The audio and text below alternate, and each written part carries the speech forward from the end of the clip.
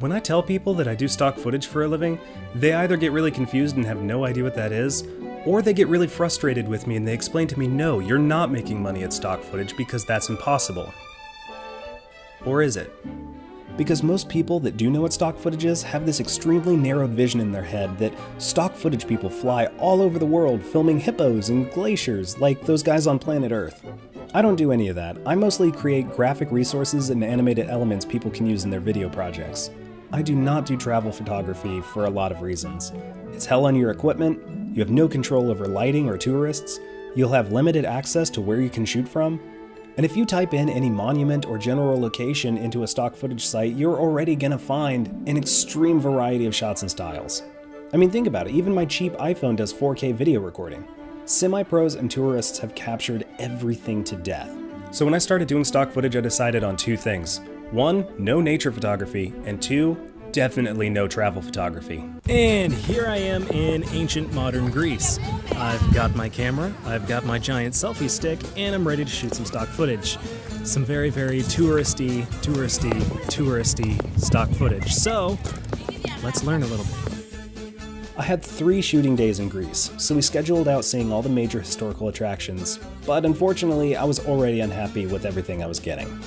The weather was overcast, which was great for a lot of the inner city stuff, but when we went to go see monuments, the colors were just ugly and the images felt really flat. I felt very limited, like I couldn't get this action and this depth that I wanted in anything that I was shooting. The second day, the sun did come out and my shots did improve. Due to an error that Athens had with our city pass, they ended up giving us double tickets to all the attractions, so I was even able to go back and recapture some of the same shots that I was interested in. In downtown Athens, I spotted a camera store, and I got super excited because I saw that they were selling some of my favorite lens models. You know, I've been all over the place, and I've never actually seen these lenses sold in an actual store before. So I got really excited, and I grabbed a Rokinon or Samyang 8mm fisheye lens, mostly as a new toy just for me to play with. I was a bit worried that things would start to look a little GoPro-y, but this lens actually turned out to be a huge lifesaver for this trip. I was able to get just a foot or two away from these giant ruins, and not have a ton of freaking tourists running around ruining my shot. I don't know what it is, but tourists hate photographers. They'll walk right in front of you when they could easily walk behind you.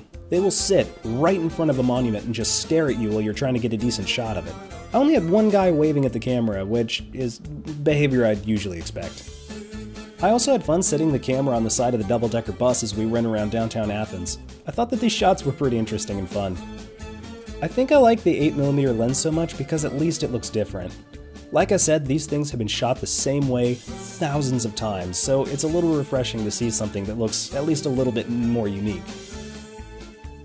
I recorded 181 video clips, but I only mastered 71 that I found marketable. Some of these sites do not have an editorial option, so as you can see, some of these sites refuse to take a huge portion of these. Athens was covered in graffiti, and according to the stock footage sites, graffiti is artwork and it's copyrighted. I had so many shots that were absolutely glorious, but I can't use them or they're not accepted because I don't have a release form from the guy that illegally spray painted and ruined the building. So in downtown Athens, pretty much the entire location is unfilmable because it's covered in graffiti and covered in people. In the end, without counting the lens or souvenirs, this trip costed me about $450 US, which is way cheaper than I thought. That's also because I live in Sweden. I may never make my $450 on this trip back, or I might make a lot more. I don't know, and that's why I generally dislike travel photography. You're putting money down on something that you may not see returns on, even if you film everything perfectly and professionally in 4K. It all comes down to market research. Before you film anything with intent to sell, try to find it on a stock footage site and see if there's already thousands of better clips available. And that's what you need to think of when you're creating stock. So even though I got some pretty shots and some shots that I actually really like this one right here is one of my favorites, I do not think it's a good idea professionally.